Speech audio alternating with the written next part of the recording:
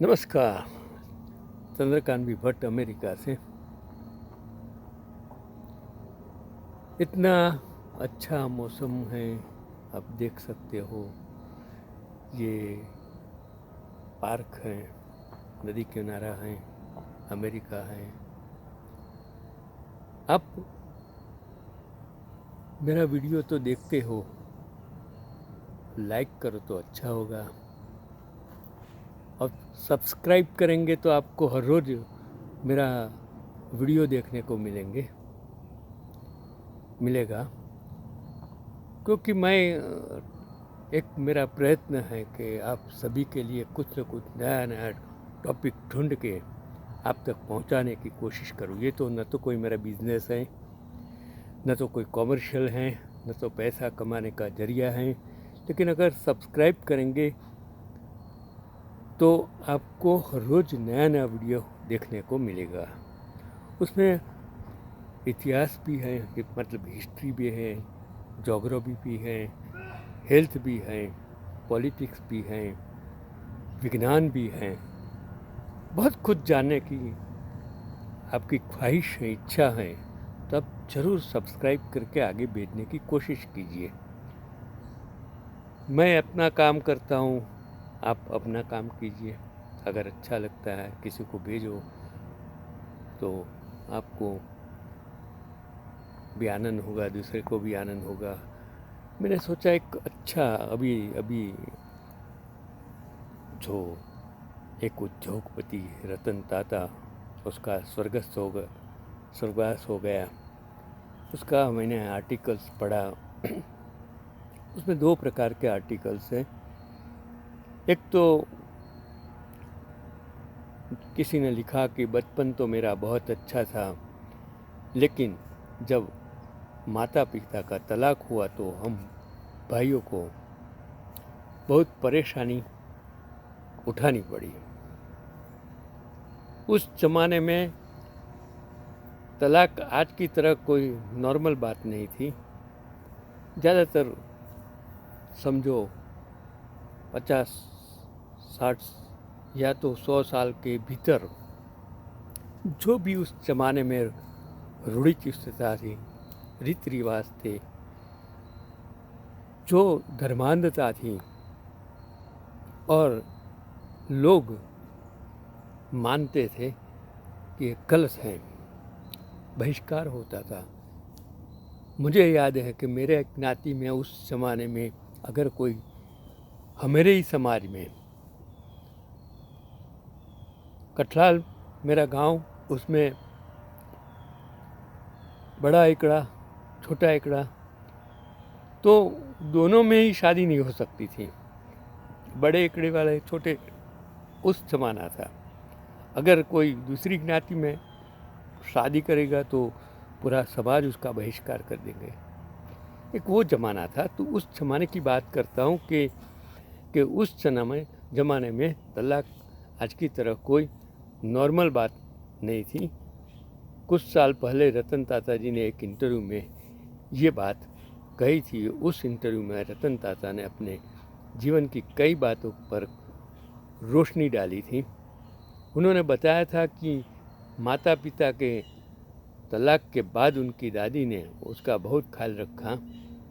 जब उनकी माँ ने दूसरी शादी कर ली थी, तब स्कूल के दूसरे बच्चे उनके बारे में तरह तरह की बातें करते थे।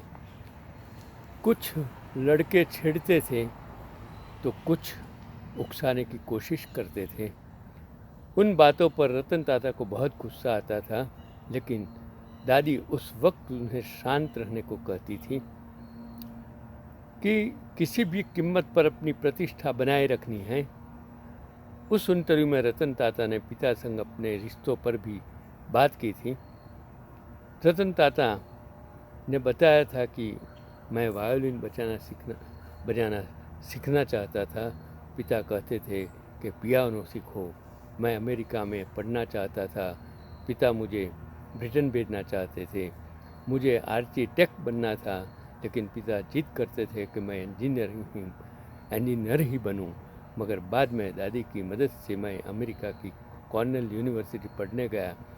शुरू में मैंने मैकेनिकल इंजीनियरिंग में दाखिला लिया था, लेकिन बाद में मैंने आर्किटेक्चर में डिग्री ली।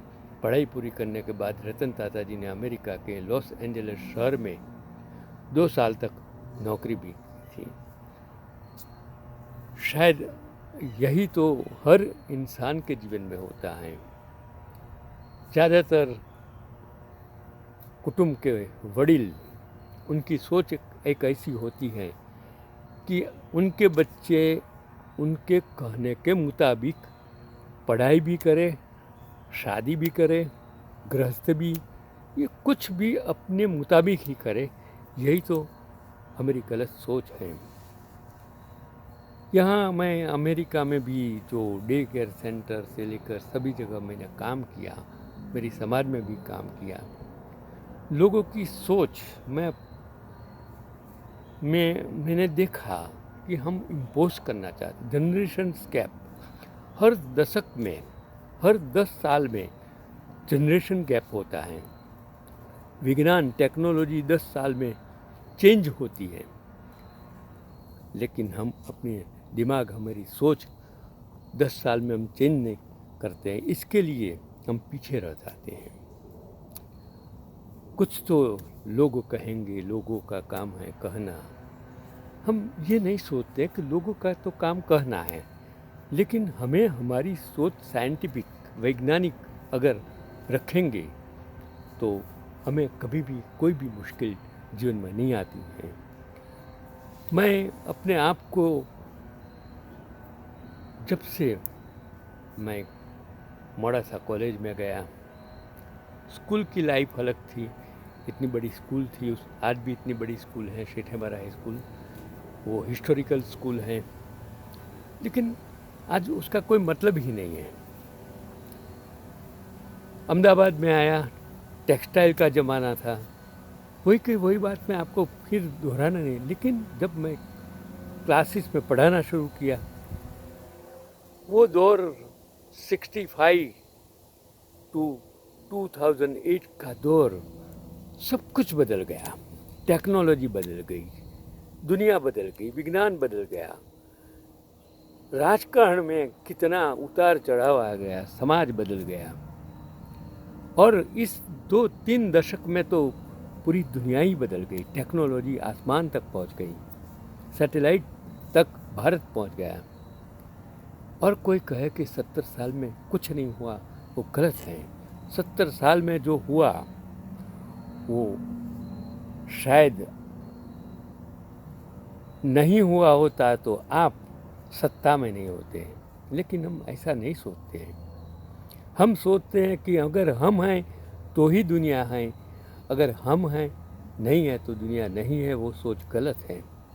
हाँ, एक चीज़ है कि दुनिया में स्वामी विवेकानंद दूसरी दफ़े पैदा नहीं हो सकता है। विवेकानंद दूसरी दफ़ा नहीं पैदा, महात्मा गांधी दूसरी, बुद्ध पैदा नहीं होता, महावीर पैदा नहीं होगा। दूसरी तो बात जाने दीजिए, रतन टाटा भी दूसरी दफ़े पैदा नहीं होगा।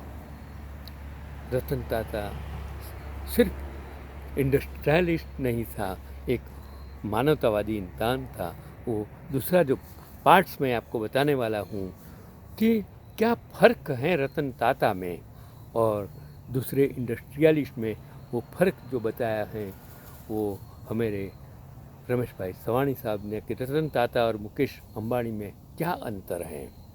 ये उनका लिखा हुआ आर्टिकल है। मैं सोचता हूँ कि आप तक पहुँचाऊँ कि उद्योगपति रतन टाटा का 9 अक्टूबर 2024 को 86 साल की आयु में निधन हो गया। मैं पूरा का पूरा आर्टिकल जो लिखा था वही शब्दशः आप तक पहुंचाने की कोशिश करता हूं। उन्होंने 2 दशकों से अधिक समय तक टाटा समूह का नेतृत्व किया। वह अंतर्राष्ट्रीय स्तर पर मान्यता प्राप्त बिजनेस लीडर थे। टाटा समूह भारत के सबसे बड़े समूहों से एक है, जिसका वार्षिक राजस्व 100 अरब डॉलर से अधिक है। टाटा समूह के अध्यक्ष के रूप में उनके कार्यकाल के दौरान समूह ने कई हाई प्रोफाइल अधिग्रहण किए, जिसमें एंग्लो डच स्टील निर्माता कोरस, यूके स्थित कार ब्रांड जगुआर और लैंड रोवर और दुनिया की दूसरी सबसे बड़ी चाय कंपनी टेटली के अधिग्रहण शामिल हैं। रतन टाटा का जन्म 18 दिसंबर 1937 को एक पारसी परिवार में हुआ था। उन्होंने अमेरिका के कॉर्नेल विश्वविद्यालय में वास्तुकला और संरचनात्मक इंजीनियरिंग का अध्ययन किया था। वो मैं आर्टिकल्स फिर से जो रमेश भाई ने लिखा वो मैं आप तक पहुंचाने की 1962 में वह समूह की प्रोमोटर कंपनी टाटा इंडस्ट्रीज में एक सहायक के रूप में शामिल हुए और कंपनी के जमशेदपुर स्थित प्लांट में 6 महीने का प्रशिक्षण लिया।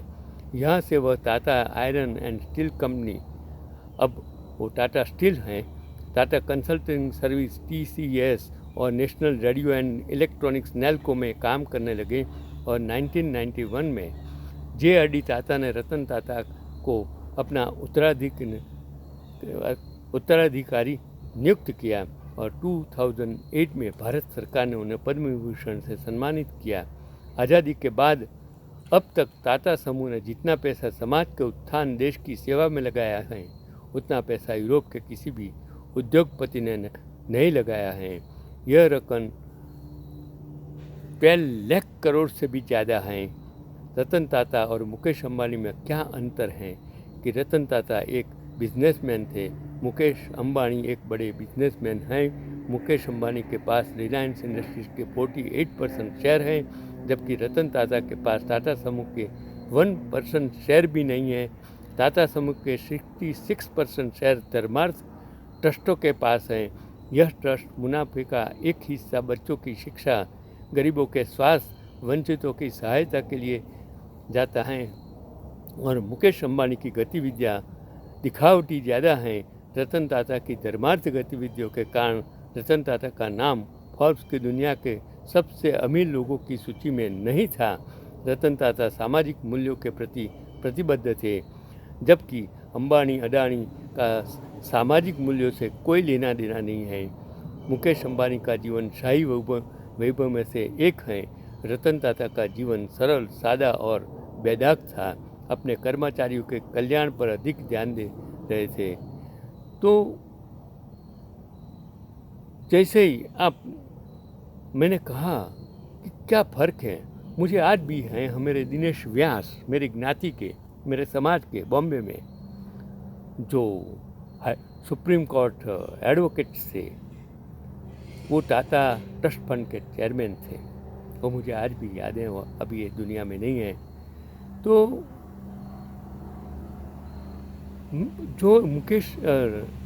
जो टाटा समूह, जैसे ही आप आज सुबह उठते हैं और अपनी AC वोल्टास बंद करते हैं और समय देखते हैं टाइटन, आज कोई भी आज सुबह का काम करने के लिए तैयार नहीं हो पाएगा।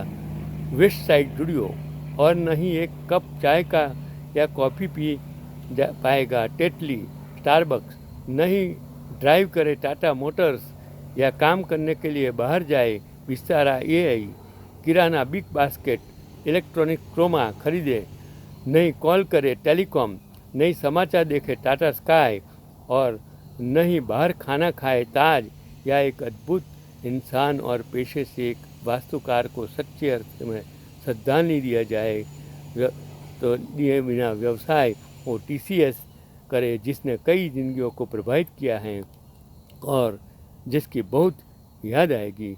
ईश्वर दिवंगत महान आत्मा को शांति प्रदान करे।